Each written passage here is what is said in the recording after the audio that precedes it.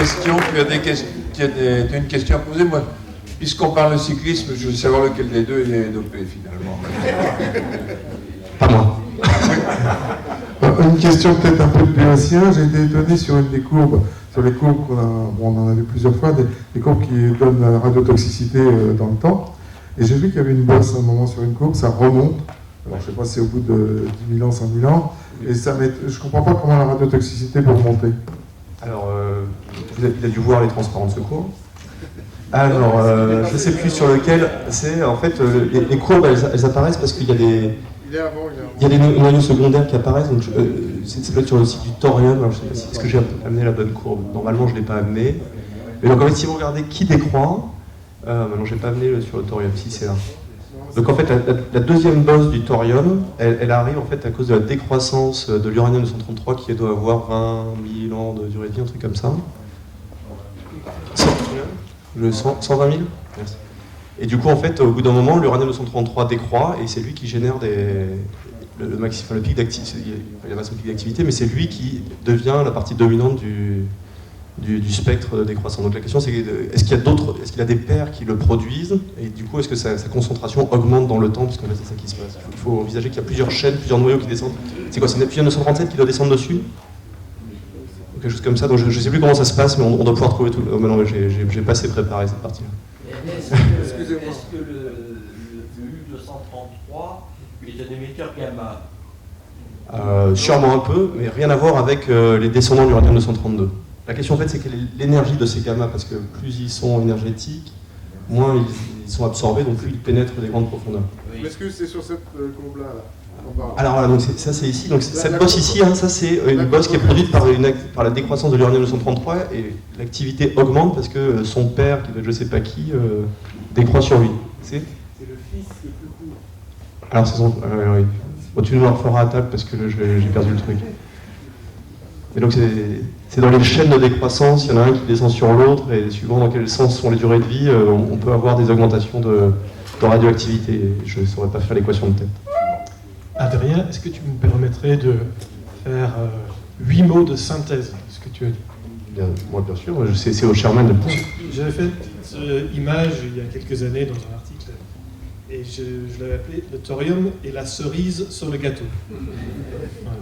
Merci, c'est une bonne introduction pour mon prochain speak sur le thorium. Le thorium, c'est la cerise et le gâteau, c'est les combustibles liquides. Voilà. Donc, ce que je pose aujourd'hui, c'est cuisons le gâteau d'abord, et après on va poser le cerise. Merci, John. Oui, si. Hervé. Oui, en fait, avec les réacteurs Candu, et ça c'était l'espoir des Canadiens d'abord et des Indiens, on a une bien meilleure régénération qu'avec les réacteurs normaux, donc un thorium. Mais le gros problème, tu l'as dit un peu, c'est le retraitement. C'est-à-dire, comme ce sont des réacteurs qui utilisent des oxydes, le procédé Torex, je crois que les Indiens se cassent les dents sur le procédé Torex depuis un certain temps. J'en suis pas sûr, mais disons qu'il y a quelques années, c'était le cas. Et donc, s'il n'y avait pas ça, je pense que les Indiens auraient beaucoup plus développé les Candu, thorium, uranium-233. Mais ça s'arrête là, parce qu'ils ne savaient pas, disons, il y a quelques années, vraiment bien retraiter les combustibles thorium. Le thorium n'a qu'une valence, alors que l'uranium en a deux.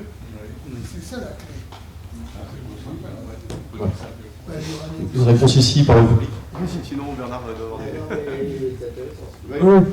Je dis que le thorium n'a qu'une valence, alors que l'uranium en a deux. Et on utilise la valence 6 pour solubiliser l'uranium, et c'est toute la clé de la chimie de l'uranium. Le chimiste a parlé. Il y avait une question là-haut de Louis par rapport à ça peut-être.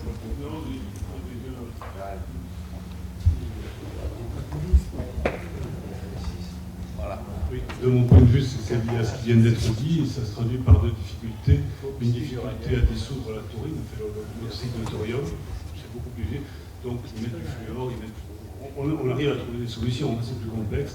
Et ensuite aussi un peu plus loin de procédé pour les différences de valence de l'uranium et du plutonium, il y a une chimie beaucoup plus riche et on peut beaucoup plus facilement trouver des extractants qui permettent de les séparer, alors que pour le thorium, on est un peu plus limité. Mais je ne pense pas que ce soit rédhibitoire. Enfin, je crois ça conduit à des complexités supplémentaires, mais ça ne remet pas en cause les principes de séparation. Dans la nature, on a des gisements d'uranium qui sont très riches, beaucoup plus que de gisements de thorium riches. Ben, c'est lié à ça. Parce que le thorium n'est pas soluble. L'uranium au degré 4 précipite, au degré 6 est soluble, et donc il est oxydé, transporté, il rencontre un réducteur, et il est pompé, ça fait des gisements très riches. Alors que pour le thorium, c'est du primaire ou du primordial qui s'est un petit peu dilué. Bon, de toute façon, la question des réserves, c'est pas un très gros problème.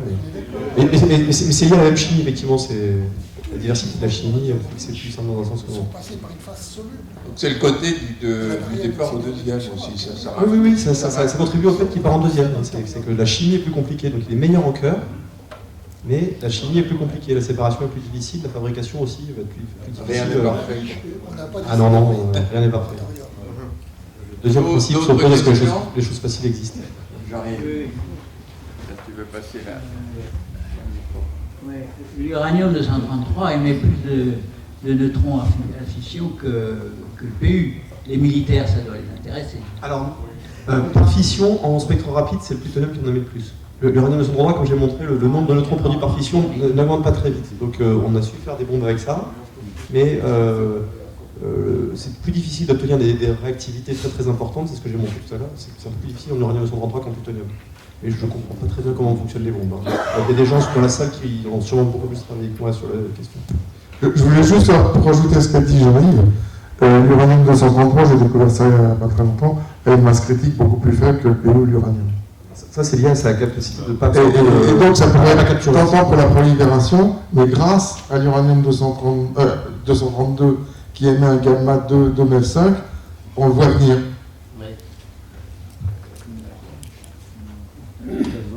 Bon. Très bien. D'autres questions? D'autres réponses? D'autres réponses, oui, qui demandent quelques autres réponses. S'il n'y en a pas, il reste encore une conférence à faire. Ça va être Jean-Paul Hulot. Mais je te dis tout de suite, hein,